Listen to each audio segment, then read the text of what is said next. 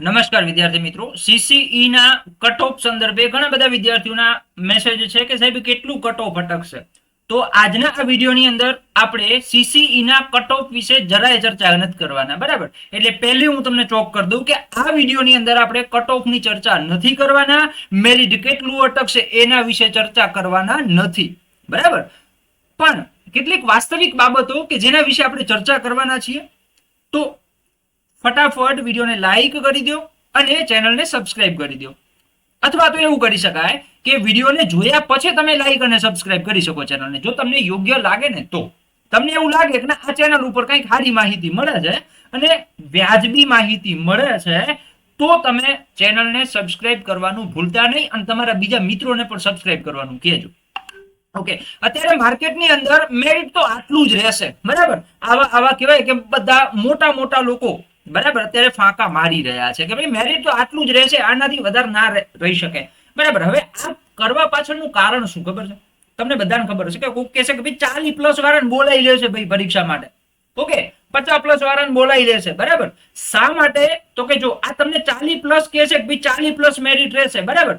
અને પછી શું કહે છે ખબર છે? સીસીઈ ની મેન્સ માટે અમારી ફલાણી ઢીકણી પૂછણી બેચ છે, જેની અંદર તમને ડે બાય ડે પ્લાનિંગ સાથે તૈયારી કરાવવામાં આવનાર છે, બરાબર? તો કહેવાનો મતલબ કે મેરિટ સાથે કોઈ લેવા દેવા નથી, અમારી બેચ પરચેસ કરો એની સાથે લેવા દેવા છે, બરાબર? તો સીસીઈ કટ ઓફ વિશે આપણે ચર્ચા નથી કરવાના, પણ કેટલીક વાસ્તવિક બાબતો છે એના વિશે ચર્ચા કરવાના છીએ. જો તમને વિડીયો સારો લાગે તો વિડીયોના અંતે તમને ચેનલને સબસ્ક્રાઇબ કરજો અને કોમેન્ટ બોક્સમાં મને અવશ્ય જણાવજો કે વિડીયો તમને કેવો લાગ્યો.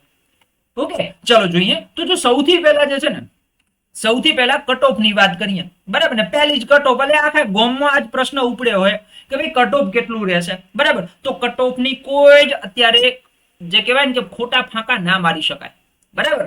ભૂતકાળની અંદર તમને બધાને ખબર છે મોટા મોટા ફાંકા મારવાના હતા. ક્યારે ક્યારે ખોટા ફાંકા માર્યા હતા યાદ છે તમને? તલાટીની પરીક્ષા વખતે. કઈ વખતે?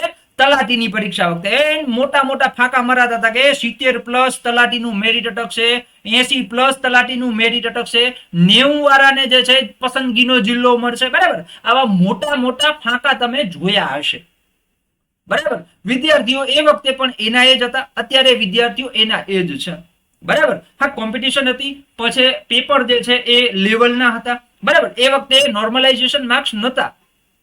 ઓકે, તો આ તલાટીનું જે છે ને મેરિટ લિસ્ટ છે ભાઈ. જો તમને અહીંયા મેં સ્ક્રીનશોટ એટલા માટે લીધો છે કે જેથી કરીને આમ ખબર પડે કે ભાઈ Gujarat panchayat service selection board Gandhinagar final selection list 11/8/2023, બરાબર? ગ્રામ પંચાયત સેક્રેટરી, તલાટી, ક્રમ મંત્રી. અહીંયા મેં નામ હતા એ બ્લર કરી નાખ્યા છે જેથી કરી, કારણ કે પેલું હોય છે શું કહેવાય, બ્લર કરી શકાય, કોઈને અંગત માહિતી તમે ના દેખાડી શકો, બરાબર? એવી એક યુટ્યુબની પોલિસી છે. ઓકે, તો જો મેરિટની વાત કરીએ તો જનરલ મેલનું કેટલું હતું? 44.44, બરાબર ને? એસીબીસી મેલનું કેટલું હતું? 41. એસટી નું કેટલું હતું? 30. ઓકે, પીડબ્લ્યુડી કેટેગરીનું 18 હતું. રેડી? એ જ પ્રમાણે ફિમેલનું કેટલું હતું? 36. એસીબીસી નું કેટલું હતું? 33, બરાબર? એસટી નું શું હતું ભાઈ? 27. અને પીડબ્લ્યુડી નું 14 હતું, બરાબર? તો હવે તમને એવું થાય કે સાહેબ તમે કેવા શું માંગો છો કે શું સીસીઈ નું મેરિટ જે છે એ કેટલું રહેશે? 40 રહેશે ભાઈ? ગ્રુપ બી નું? ગ્રુપ બી નું 40 રહેશે? ના ભાઈ, હું એવું જરાય કહેવા માંગતો નથી કે ગ્રુપ બી નું મેરિટ જે છે એ 40 રહેશે. 40+ વાળાને ગ્રુપ બી માટે અને 60+ વાળાને ગ્રુપ એ માટે બોલાવશે. ના ભાઈ, એવું ક્યાંય હું કહેવા માંગતો નથી. પણ હું તમને એ કહેવા માંગુ છું કે મારો ભાઈ આટલા દી ખમૈયા કર્યા છે, તો હવે એક વીક માટે ખમૈયા કરી જાઓ, બરાબર? એક વીક માટે ખમૈયા કરી જાઓ, બરાબર? એક વીક પછી તમને આનું રિઝલ્ટ જે છે અમે ઓલરેડી મળવાનું છે. ઓકે, હવે ઘણા બધા વિદ્યાર્થીઓ એવા હોય કે સાહેબ મારે 60 થઈ ગયા છે, બરાબર ને? મારે 35 હતા ને સાહેબ 60 થઈ ગયા છે, હવે મને જુજબો ચડ્યો છે, હવે મારે મહેનત કરવી જ છે, બરાબર? તો હવે એ મારો બેટો ધીરો ના રહે એના માટે શું ખબર છે કે મારે ભાઈ જે તે પ્રિલિમ્સ વખતે તૈયાર કર્યું ને એનું રિવિઝન કર. આ તને ગ્રુપ બી માં કામ આવવાનું જ છે, બરાબર? ગ્રુપ બી ની અંદર જો રીઝનિંગ 40 ગુણનું આવે, બરાબર? ગુજરાતી 20 ગુણનું આવે અને અંગ્રેજી 20 ગુણનું આવે, બરાબર? આમ ટોટલ તારા 80 ગુણ તો અહીંયા થઈ જાય છે. આનું રિવિઝન કર પહેલા, તને જુજબો ચડી ગયો હોય તો, બરાબર? એટલે ખોટા ફોકા પેલા કહેવાય કે ફાંકા ના મારો કે આટલા માર્ક્સ થાય છે, આટલા માર્ક્સ થશે તો જ મેરિટમાં આવશે. જે થશે જોયું જશે. અત્યારે ખોટા ડિપ્રેશનમાં ના જાઓ, મહેનત ચાલુ રાખો. એક વીક જે છે ને સાહેબ, તમે એક વીક બ્રેક લેશો ને તૈયારીમાંથી, ખોટા ટેન્શનમાં તમે વયા જાઓ ને એક વીક, તો તમને ખૂબ મોટું નુકસાન થશે. હજી આગળ ઘણી બધી પરીક્ષાઓ છે. જો પીએસઆઈ આપવાની છે, બરાબર, ગ્રેજ્યુએશન ઉપર, એ ઉપરાંત હાઈકોર્ટની ડીવાયએસઓ આપવાની છે, એસટીઆઈ આપવાની છે, બરાબર. તો આ ઘણી બધી પરીક્ષાઓ છે. એ ઉપરાંત તમે 12 પાસ ઉપર લઈ લો, બેલીફ છે, 10 પાસ ઉપર પટાવાળાની છે, બરાબર. હજી એએમસી ડોક્યુ કરી રહી છે ટૂંક સમયમાં, આરએમસી ડોક્યુ કરી રહી છે ટૂંક સમયમાં. તો ઘણી બધી પરીક્ષાઓ છે પહેલા.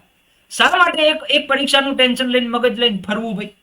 અઠવાડિયા પછી રિઝલ્ટ આવશે, જોયું જાહે ભાઈ. હવે અમુક કહેવાય કે મલ્ટી ટેલેન્ટેડ સ્ટુડન્ટ હોય કે સાહેબ હું રીઝનિંગ ગુજરાતી ને અંગ્રેજી કરું, તમે કહો છો કે રીઝનિંગ ગુજરાતી ને અંગ્રેજી કરી નાખ, પછી જે છે કદાચ મારું સીસી નામ ન આવે તો ભાઈ મારી એમસી ની તૈયારી બગડે ને. એટલે મારા ભાઈ રીઝનિંગ જે છે ને, રીઝનિંગ અને કમ્પ્યુટર એ તમને 10 ગુણનું એએમસી માં પૂછાય છે, બરાબર. ગુજરાતી 10 ગુણનું એએમસી માં પૂછાય છે, બરાબર. અંગ્રેજી 10 ગુણનું એએમસી માં પૂછાય છે, બરાબર.